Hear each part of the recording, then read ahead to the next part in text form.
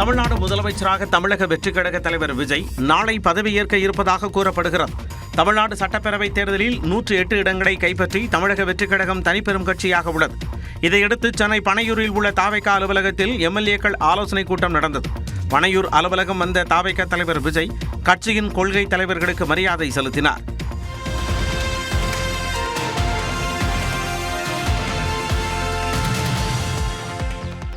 தொடர்ந்து விஜய் தலைமையில் தாவேக எம்எல்ஏக்கள் ஆலோசனைக் கூட்டம் நடைபெற்றது. ஏறத்தாழ 3 மணி நேரம் நடந்த ஆலோசனைக் கூட்டத்தில் தாவேக சட்டமன்ற குழு தலைவராக விஜய் தேர்வு செய்யப்பட்டார். இந்நிலையில் சென்னை நேரு உள்ளரங்கத்தில் நாளை நடைபெறும் விழாவில் முதலமைச்சராக விஜய் பதவியேற்பார் என தகவல் வெளியாகியுள்ளது. ஆட்சி அமைக்க அழைப்பு விடுக்குமாறு ஆளுநருக்கு தாவேக தலைவர் விஜய் கடிதம் எழுதியுள்ளார். சட்டப்பேரவைத் தேர்தலில் 108 இடங்களில் வென்ற நிலையில் தங்களை ஆட்சி அமைக்க அழைப்பு விடுக்குமாறு ஆளுநர் ராஜேந்திர அர்லோக்கருக்கு விஜய் கடிதம் எழுதியுள்ளார். மின்னஞ்சல் மூலமாக விஜய் இந்த கடிதத்தை அனுப்பியுள்ள நிலையில் பெரும்பான்மையை நிரூபிக்க 2 வாரங்கள் கேட்டுள்ளார். இதனிடையே தமிழ்நாட்டின் பொறுப்பு ஆளுநராக உள்ள கேரள ஆளுநர் ராஜேந்திர அர்லோக்கர் புதன்கிழமை சென்னை வரவுள்ளதாக கூறப்படுகிறது. அப்போது விஜய் ஆளுநரை நேரில் சந்திப்பார் என தெரிகிறது. இதனிடையே 2 தொகுதிகளில் வெற்றி பெற்ற விஜய் திருச்சி கிழக்கு தொகுதியை ராஜினாமா செய்வார் என கூறப்படுகிறது. அந்த இடத்தில் லால்குடி தொகுதியில் தோல்வியடைந்த முன்னாள் அமைச்சர் கூப்ப கிருஷ்ணன் போட்டியிடுவார் என்றும் தெரிகிறது. சட்டப்பேரவையில் கூட்டணி அமைக்காமலேயே வெளியிலிருந்து ஆதரவை பெறுவதன் மூலம் பெரும்பான்மையை தாவேக நிரூபிக்கலாம் என்று தமிழ்நாடு ஆளுநர் பொறுப்பு வகிக்கும் ராஜேந்திர விஸ்வநாத் அர்லேக்கர் தெரிவித்துள்ளார். நியூஸ் 18 தொலைக்காட்சிக்கு தொலைபேசி வாயிலாக பேட்டியளித்த அவர் தாவேக தலைவர் விஜய் பெரும்பான்மையை நிரூபிக்க 2 வாரங்கள் அவகாசம் கேட்டிருப்பதாக கூறினார். தனக்கு 35 விழுக்காடு வாக்கு இருப்பதாக விஜய் கூறிய நிலையில் எத்தனை உறுப்பினர்களின் ஆதரவு இருக்கிறது என்பதை கேட்டிருப்பதாகவும் ஆளுநர் தெரிவித்தார். They have to prove that these so much people, that is at least 118 or more, are supporting the present government. That is the outside support. They may, outside support means while going from outside of the house, they can do anything. But in the house, they have to support. முதலமைச்சர் மு.க.ஸ்டாலினின் ராஜினாமா கடிதத்தை ஏற்றுக்கொண்டதாக கூறிய ஆளுநர் புதிய அரசு அமையும் வரை பதவியில் நீடிக்கும்படி அவரிடம் கேட்டுக்கொண்டதாகவும் தெரிவித்தார். தமிழ்நாட்டின் முதலமைச்சராக தாவேக தலைவர் விஜய் பதவியேற்க உள்ள நிலையில் உத்தேச அமைச்சர்கள் பட்டியல் வெளியாகியுள்ளது. சென்னை பட்டினப்பாக்கம் அலுவலகத்தில் அமைச்சர்கள் தேர்வு குறித்து தாவேக தலைவர் விஜய் ஆலோசனை நடத்தினார். இதில் ஜான் ஆரோக்கியசாமி மற்றும் மாநில நிர்வாகிகள் பங்கேற்றனர்.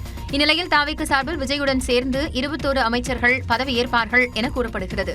என் ஆனந்த், அருண்ராஜ், செங்கோட்டையன், CTR நிர்மல்குமார், தமிழன் பார்த்திபன், சரவணன், முகமது பர்வேஸ், விஜய் சரவணன் ஆகியோரும், Kallanai, Vijayalakshmi, doctor TK Prabhu, Balaji, Sathyabama, Rajmohan, JCD Prabhakar, VS Babu, Sampathkumar, Maria Wilson, Sabarinathan, Aadhav Arjuna ஆகியோர் அமைச்சர்கள் ஆவார்கள் என்றும் கூறப்படுகிறது. இந்த உத்தேச பட்டியலில் 8 பேர் சென்னை மாவட்ட தொகுதியில் இருந்து தேர்ந்தெடுக்கப்பட்டவர்கள் என்பது குறிப்பிடத்தக்கது. தமிழ்நாட்டில் ஆட்சி அமைக்க தமிழக வெற்றிக் கழகத்திற்கு ஆதரவளிக்க காங்கிரஸ் கட்சி முடிவு செய்திருப்பதாக தகவல் வெளியாகியுள்ளது.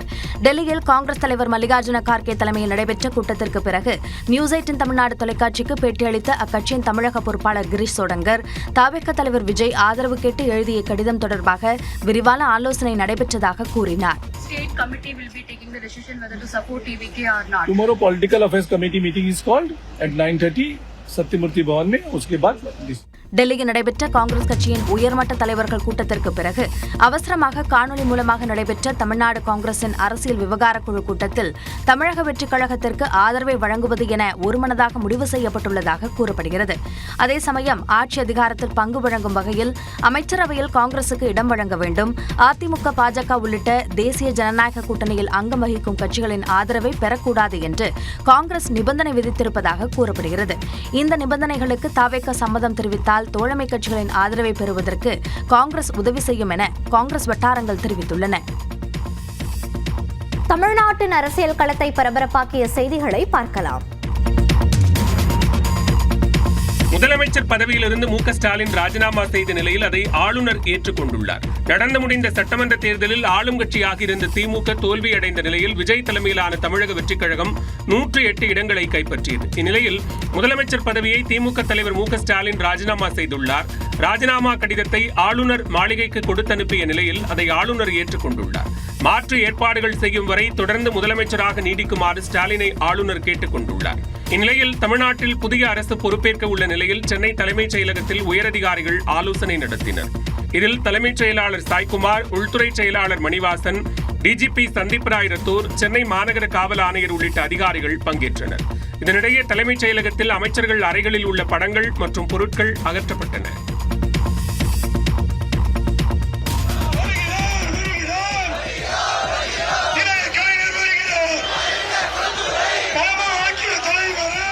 கொளத்தூர் தொகுதியில் நன்றி தெரிவிக்க சென்றபோது தொண்டர்கள் அழுத நிலையில் திமுக தலைவர் மு க ஸ்டாலின் அழ வேண்டாம் என ஆறுதல் தெரிவித்த காட்சிகளே இவை. தொகுதி வரையறைக்கு பின்பு உருவாக்கப்பட்ட கொளத்தூர் தொகுதியில் தொடர்ந்து 3 முறையாக வெற்றி பெற்றார் திமுக தலைவர் மு க ஸ்டாலின். இந்நிலையில் சட்டப்பேரவைத் தேர்தலில் கொளத்தூர் தொகுதியில் மீண்டும் போட்டியிட்ட ஸ்டாலின் தாவேகா வேட்பாளர் VS பாபுவிடம் தோல்வியடைந்தார். எனினும் தொகுதிக்கு நேரில் சென்ற அவர் மக்களுக்கு நன்றி தெரிவித்தார். அப்போது கண் கலங்கிய தொண்டர்களிடம் அழ வேண்டாம் என்றார்.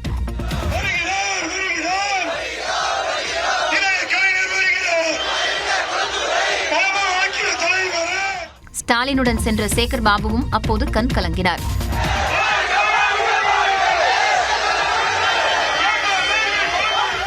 ஆயிரத்து 1984 ஆண்டு முதன்முறையாக 1000 விளக்கு சட்டப்பேரவைத் தேர்தலில் போட்டியிட்ட மு க ஸ்டாலின் தோல்வியை தழுவினார்.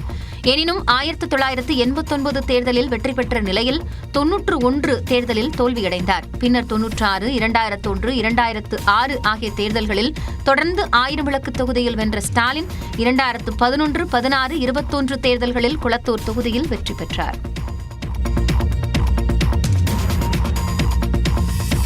தாவேகாவுக்கும் எடப்பாடி பழனிசாமிக்கும் இடையே பேச்சுவார்த்தை நடைபெற்று வருவதாக லீமா ரோஸ் தெரிவித்துள்ளார்.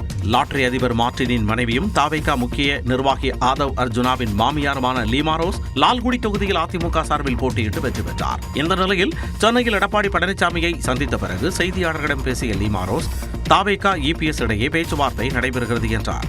தாவேகாவுக்கும் நம்ம எடப்பாடி அண்ணனும் பேச்சுவார்த்தை நடந்துட்டு இருக்குது. நல்லபடியா பேச்சுவார்த்தை முடியும்னு நினைக்கிறேன். அண்ணன் எடப்பாடி அண்ணன் தான் ஆட்சி அமையும் கண்டிப்பா. அதே நேரத்தில் தாவேகாவுக்கு அதிமுக ஆதரவு அளிக்காது என முன்னாள் அமைச்சர் OS பனியன் கூறினார். What will you say about TVK, sir? It's on 108. If they will consider AIADMK to support TVK, is there any chance for support to TVK, sir? No. தாவேகாவுக்கு ஆதரவு அளிப்பது தொடர்பாக லீமா ரோஸும் OS மணியனும் மாறுபட்ட கருத்துக்களை தெரிவித்துள்ளனர். விஜயின் தாவேகாவிற்கு ஆதரவு அளிப்பது குறித்து கட்சியின் தலைமை முடிவு செய்யும் என CPI மாநில செயலாளர் வீரபாண்டியன் தெரிவித்துள்ளார். தேர்தல் முடிவுகள் குறித்து திமுக தலைவர் மு க ஸ்டாலினுடன் ஆலோசனை நடத்திய பிறகு கூட்டாக செய்தியாளர்களை சந்தித்த அவர் இவ்வாறு கூறினார். நீங்க கூட்டணி கட்சிக்கு ஆதரவு தரலனா அடுத்த இடம் அதிமுக பக்கம் தான் போகும். அதை தடுப்பதற்கு நீங்க ஏதாவது முன்னெடுப்பு எடுப்பீங்களா? இந்த கேள்விகள் குறித்தெல்லாம் கட்சியினுடைய தலைமை சிந்திக்கும். கட்சி ஒரு நல்ல முடிவு எடுக்கும். கட்சியினுடைய முடிவு தான் எங்கள் முடிவு. விஜய் தனது நிலைப்பாட்டை கூறிய பின்பு மார்க்சிஸ்ட் கட்சியின் நிலைப்பாட்டை தெரிவிப்போம் என அக்கட்சியின் மாநில செயலாளர் சண்முகம் தெரிவித்துள்ளார். முதல்ல அவருடைய நிலைப்பாட்டை வெளிப்படுத்திட்டோம். அதுக்கப்புறம் தான் எங்க நிலைப்பாட்டை சொல்லலை. தேவைப்படுற அவருடைய நிலைப்பாட்டை வெளிப்படையா சொல்லாத நிலையில CPM நிலைப்பாட்டை எப்படி கேக்குறீங்க? இதேபோன்று தாவேகாவிற்கு ஆதரவு அளிப்பது குறித்து இதுவரை சிந்திக்கவில்லை என VCK தலைவர் திருமாவளவன் தெரிவித்துள்ளார். தாவேகாவிற்கு பெரும்பான்மை என்பது இல்ல. VCK கம்யூனிஸ்ட் கட்சியினுடைய முடிவு என்னவாக இருக்கும்? இது குறித்து இப்போது நீங்கள் எழுப்பிய கேள்வி குறித்து நாங்கள் இதுவரை எதுவும் சிந்திக்கவில்லை, முடிவெடுக்கவில்லை. பாஜக பலமடையக்கூடாது என்ற திமுக கூட்டணியின் நோக்கத்தை நிறைவேற்றும் வகையில் தேர்தல் முடிவுகள் வந்துள்ளதாகவும் கூறினார்.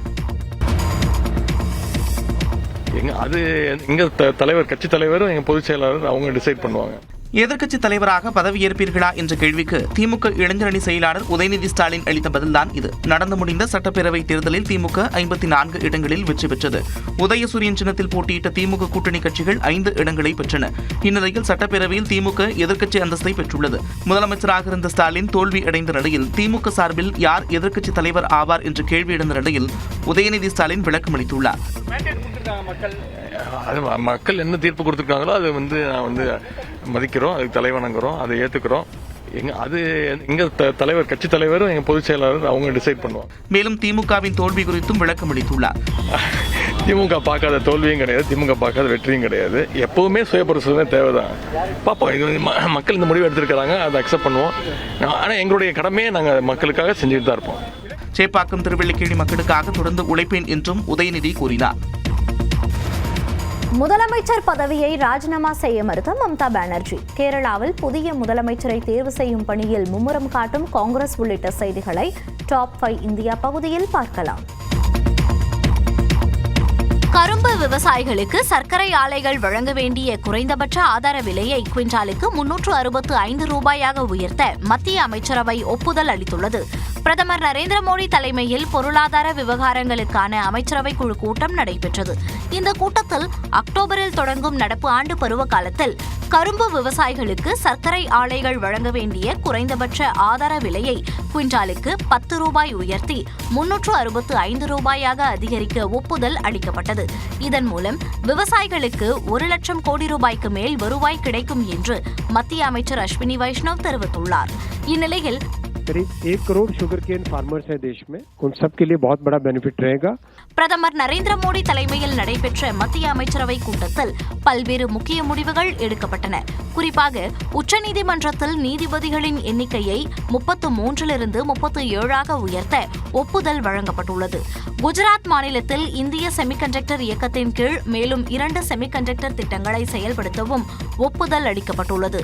மேற்காசிய போர் சூழலை கருத்தில் கொண்டு தகுதி உள்ள வணிக கடன் வாங்குபவர்களுக்கு கூடுதல் கடன் ஆதரவை வழங்குவதற்காக கடன் வழங்கும் நிறுவனங்களுக்கு கடன் உத்தரவாத பாதுகாப்பை வழங்குவது என்றும் இதற்காக 2,55,000 கோடி ரூபாயை ஒதுக்கவும் ஒப்புதல் அளிக்கப்பட்டது. அத்துடன் 2030-2031க்குள் பருத்தியில் தன்னிறைவு அடைவதற்கு 5,559 கோடி ஒதுக்கீட்டில் பருத்தி உற்பத்தி திறனுக்கான இயக்க திட்டத்தை தொடங்குவதற்கும் அமைச்சரவை ஒப்புதல் அளித்துள்ளது. புதுச்சேரியில் 2 தொகுதிகளிலும் போட்டியிட்டு வெற்றி பெற்ற அம்மாநில முதலமைச்சர் ரங்கசாமி தட்டாஞ்சாவடி தொகுதியை ராஜினாமா செய்ய உள்ளதாக கூறப்படுகிறது. நடந்து முடிந்த தேர்தலில் புதுச்சேரி முதலமைச்சர் ரங்கசாமி மங்கலம் மற்றும் தட்டாஞ்சாவடி ஆகிய 2 தொகுதிகளில் போட்டியிட்டு வெற்றி பெற்றார். சட்ட விதிகளின்படி அவர் ஏதேனும் ஒன்றை ராஜினாமா செய்ய வேண்டும் என்பதால் தட்டாஞ்சாவடி தொகுதியை ராஜினாமா செய்ய உள்ளதாக கூறப்படுகிறது. மேலும் புதுச்சேரியில் ஆட்சியை தக்க வைத்துள்ள என்ஆர் காங்கிரஸ் தலைவர் ரங்கசாமி புதன்கிழமையன்று ஆளுநரை சந்திக்க உள்ளதாக தெரிகிறது. அப்போது பதவி விலகல் கடிதம் அளித்த பிறகு ஆட்சி அமைக்க உரிமை கூறுவார் என்றும் தகவல் வெளியாகியிருக்கிறது. இதனிடையே புதுச்சேரி சட்டப்பேரவை தேர்தலில் தேசிய ஜனநாயக கூட்டணி வெற்றி பெற்றதை தொடர்ந்து பிரதமர் மோடிக்கு நன்றி தெரிவித்து ரங்கசாமி கடிதம் எழுதியுள்ளார். அதில் இந்த வரலாற்று சிறப்புமிக்க வெற்றி பிரதமரின் தொலைநோக்கு தலைமைத்துவத்திற்கும் இரட்டை எஞ்சின் ஆட்சி முறைக்கும் கிடைத்த அங்கீகாரம் என குறிப்பிட்டுள்ளார். இந்நிலையில் புதுச்சேரியில் முதலமைச்சர் ரங்கசாமியின் அலுவலகம் ஆன்மீக குருவான அப்பாசாமி மற்றும் திருவண்ணாமலை கோயில் படங்களுடன் புதுப்பிக்கப்பட்டுள்ளது.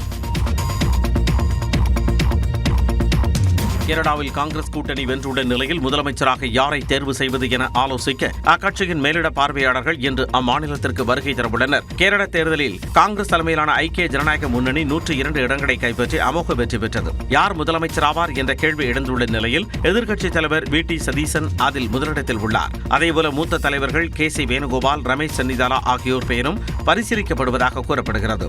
இந்நிலையில் இது தொடர்பாக ஆலோசிக்க அஜய் மக்கான் மற்றும் முகுல் வாஸ்னிக் ஆகியோரை மேலிட பார்வையாளர்களாக காங்கிரஸ் தலைமை நியமித்துள்ளது. இவர்கள் இருவரும் கேரளாவுக்கு இன்று வருகை தரவுள்ள நிலையில் முக்கிய முடிவுகள் எடுக்கப்படவுள்ளன. இதனிடையே அசாம் மாநிலத்தில் வரும் 9ஆம் தேதி அல்லது 10ஆம் தேதி என்று புதிய அரசு பதவியேற்கக்கூடும் என்று எதிர்பார்க்கப்படுகிறது. தேசிய ஜனநாயக கூட்டணி 3வது முறையாக அசாமில் வென்றுள்ள நிலையில் ஹிமந்த பிஸ்வா சர்மா 2வது முறையாக முதலமைச்சராக பதவியேற்க உள்ளார். மேற்குவங்க முதலமைச்சர் பதவியை ராஜினாமா செய்யப் போவதில்லை என மம்தா பானர்ஜி தெரிவித்துள்ளார். மேற்குவங்கத்தில் நடைபெற்ற சட்டப்பேரவைத் தேர்தலில் 3 முறை முதலமைச்சராக இருந்த மம்தா பானர்ஜியை வீழ்த்திய பாஜக ஆட்சியை கைப்பற்றியது. இந்நிலையில் செய்தியாளர்களை சந்தித்த மம்தா பானர்ஜி முதலமைச்சர் பதவியை ராஜினாமா செய்ய மாட்டேன் என்றார்.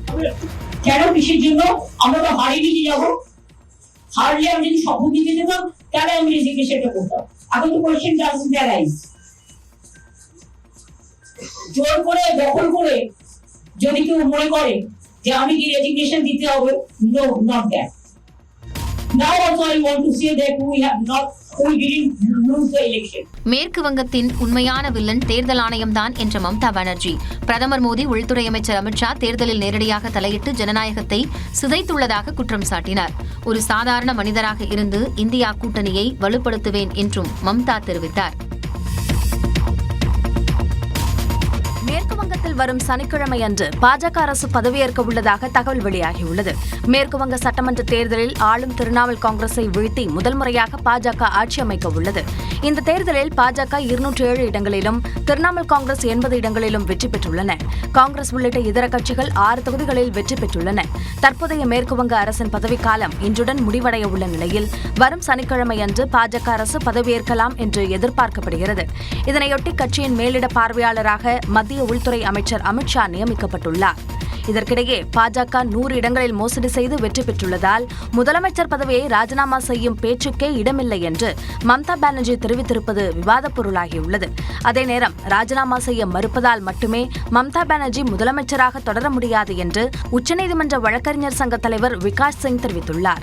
அரசியலமைப்பின் 164வது பிரிவின்படி ஒரு முதலமைச்சர் சட்டமன்றத்தின் நம்பிக்கையை பெற்றிருக்கும் வரை மட்டுமே பதவியில் நீடிப்பார் என்றும் அந்த பெரும்பான்மையை இழந்தவுடன் அவரது அரசியலமைப்பு ரீதியாக நீடிக்க முடியாததாகி விடும் என்றும் கூறியுள்ளார்.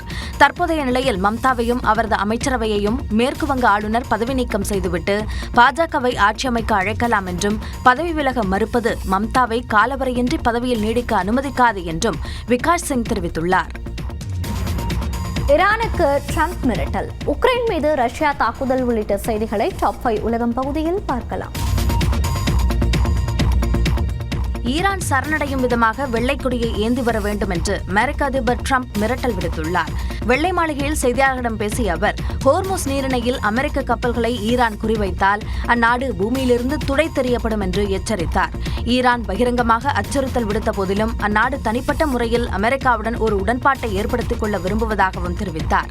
ஈரானுக்கு எந்த வாய்ப்பும் இல்லை என்றும் ட்ரம்ப் தெரிவித்தார். முன்னதாக ஐக்கிய அரபு அமீரகத்தின் ஃபுஜைரா நகரில் உள்ள எண்ணெய் ஆலை மீது நேற்று முன்தினம் நடத்தப்பட்ட தாக்குதலில் 3 இந்தியர்கள் காயமடைந்தனர். இந்த திடீர் தாக்குதல் சம்பவத்திற்கு கண்டனம் தெரிவித்துள்ள பிரதமர் நரேந்திர மோடி, பொதுமக்கள் மற்றும் உட்கட்டமைப்புகளை தாக்குவதை ஏற்றுக்கொள்ள முடியாது என்று கூறியுள்ளார். இந்த தாக்குதலில் ஈரானுக்கு தொடர்பு இருப்பதாக குற்றச்சாட்டு எழுந்த நிலையில் ஈரான் தனது எந்த ஒரு தாக்குதலுக்கும் பொறுப்பேற்றிருக்கும் என்றும் ஐக்கிய அரபு அமீரகம் தங்கள் மீது தாக்குதல் தொடுத்தால் அதற்கு மிக மோசமான மற்றும் வருந்தத்தக்க பதிலடி கொடுக்கப்படும் என்றும் ஈரான் ராணுவம் எச்சரித்துள்ளது.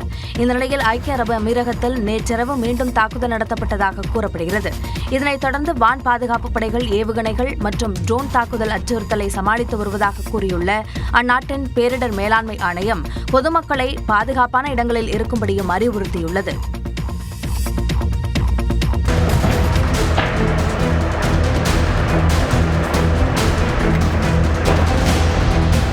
உக்ரைன் மீது ரஷ்யா நடத்திய வான்வழி தாக்குதலில் 12 பேர் உயிரிழந்தனர். ரஷ்யா உக்ரைன் இடையேயான போர் 4 ஆண்டுகளை கடந்தும் நீடித்து வருகிறது. இந்நிலையில் உக்ரைனின் சபோரிசியா நகர் மீது அடுத்தடுத்து 4 குண்டுகளை வீசி ரஷ்யா தாக்குதல் நடத்தியது. இதில் கட்டமைப்புகள், கார் பழுதுபார்க்கும் நிலையம் உள்ளிட்டவை சேதமடைந்தன. இந்த தாக்குதல் காரணமாக கடும் தீ பரவியது.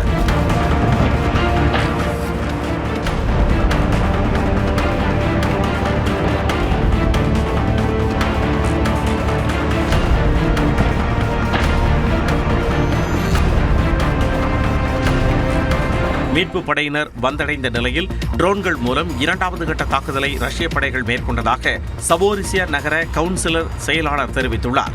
இந்த தாக்குதலில் 12 பேர் உயிரிழந்த நிலையில் 20 பேர் காயமடைந்தனர். இதனிடையே 2ஆம் உலகப் போரில் நாசி ஜெர்மனி படையை சோவியத் யூனியன் வீழ்த்தியதை கொண்டாடும் வகையில் வரும் 8 மற்றும் 9ஆம் தேதிகளில் போர் நிறுத்தத்திற்கு ரஷ்யா அழைப்பு விடுத்துள்ளது. எனினும் இன்று இரவு முதலே போர் நிறுத்தம் செய்ய வேண்டும் என உக்ரைன் வலியுறுத்தியுள்ளது. ஐபிஎல் தொடரில் டெல்லி அணிக்கு எதிரான போட்டியில் சஞ்சு சாம்சனின் அதிரடி ஆட்டத்தால் சென்னை சூப்பர் கிங்ஸ் அணி 8 விக்கெட்டுகள் வித்தியாசத்தில் அபார வெற்றி பெற்றது. டெல்லி மைதானத்தில் நடைபெற்ற இந்த போட்டியில் டாஸ் வென்று பேட்டிங்கை தொடங்கிய டெல்லி அணி சீரான இடைவெளியில் விக்கெட்டுகளை பறிகொடுத்தது. அதிகபட்சமாக சமீர் ரிஸ்வி 40 ரன்களையும் ரிஸ்டன் ஸ்டப்ஸ் 38 ரன்களையும் சேர்த்தனர். 20 ஓவர்களின் முடிவில் அந்த அணி 7 விக்கெட் இழப்பிற்கு 155 ரன்களை சேர்த்திருந்தது. இதனைத் தொடர்ந்து 156 ரன்கள் என்ற இலக்குடன் களமிறங்கிய சென்னை சூப்பர் கிங்ஸ் அணியில் கேப்டன் ருத்ராஜ் கெய்க்வாட் 6 ரன்களில் பெவிலியன் திரும்பினார். மேலும் உருவில் பட்டேல் 17 ரன்களில் ஆட்டமிழந்த நிலையில் தொடக்க ஆட்டக்காரர் சஞ்சு சாம்சனும் கார்த்திக் சர்மாவும் சிறப்பான ஆட்டத்தை வெளிப்படுத்தினர். இதன் மூலம் 17.3 ஓவர்களிலேயே இலக்கை எட்டிய சென்னை அணி 8 விக்கெட்டுகள் வித்தியாசத்தில் வெற்றி பெற்றது. கடைசி வரை ஆட்டமிழக்காத சஞ்சு சாம்சன் 87 ரன்களையும் கார்த்திக் சர்மா 41 ரன்களையும் சேர்த்திருந்தனர். இந்த வெற்றியின் மூலம் சென்னை அணி இதுவரை 5 வெற்றிகளுடன் புள்ளி பட்டியலில் 6வது இடத்தில் உள்ளது. T20 கிரிக்கெட் தரவரிசையில் இந்திய அணி முதலிடத்தை தக்க வைத்துள்ளது. ஆடவர் கிரிக்கெட் அணிக்கான தரவரிசை பட்டியலை ICC நேற்று வெளியிட்டது. அதன்படி T20 அணிக்கான பட்டியலில் இந்திய அணி 275 புள்ளிகள் பெற்று முதலிடத்தில் நீடிக்கிறது. இங்கிலாந்து அணி 262 புள்ளிகள் பெற்று 2வது இடத்திலும், 258 புள்ளிகள் பெற்று ஆஸ்திரேலியா 3வது இடத்திலும் உள்ளன. நியூசிலாந்து, தென்னாப்பிரிக்கா, பாகிஸ்தான், மேற்கிந்திய தீவுகள் ஆகிய அணிகள் அடுத்தடுத்த இடங்களில் இருப்பதாக ICC தெரிவித்துள்ளது. இதேபோன்று 20 ஓவர் கிரிக்கெட்டில் பேட்டிங் தரவரிசை பட்டியலில் இந்தியாவின் அபிஷேக் சர்மா, இஷான் கிஷன் ஆகியோர் முதல் 2 இடங்களை பிடித்துள்ளனர். பந்து வீச்சாளர்களுக்கான தரவரிசையில் ஆப்கானிஸ்தான் சுழற்பந்து வீச்சாளர் ரஷீத் கான் முதலிடத்தில் நீடிக்கிறார். 2வது இடத்தை இந்திய வீரர் வருண் சக்கரவர்த்தி பிடித்துள்ளார். அண்மையில் நிறைவடைந்த ICC 20 ஓவர் உலகக்கோப்பை தொடரில் இந்திய அணி 3வது முறையாக சாம்பியன் பட்டம் வென்று அசத்தியது. அதேபோல T20 போட்டியை நடத்திய நாடு முதல் முறையாக கோப்பையை வென்றது என்ற வரலாற்று சாதனையையும் படைத்தது கவனிக்கத்தக்கது.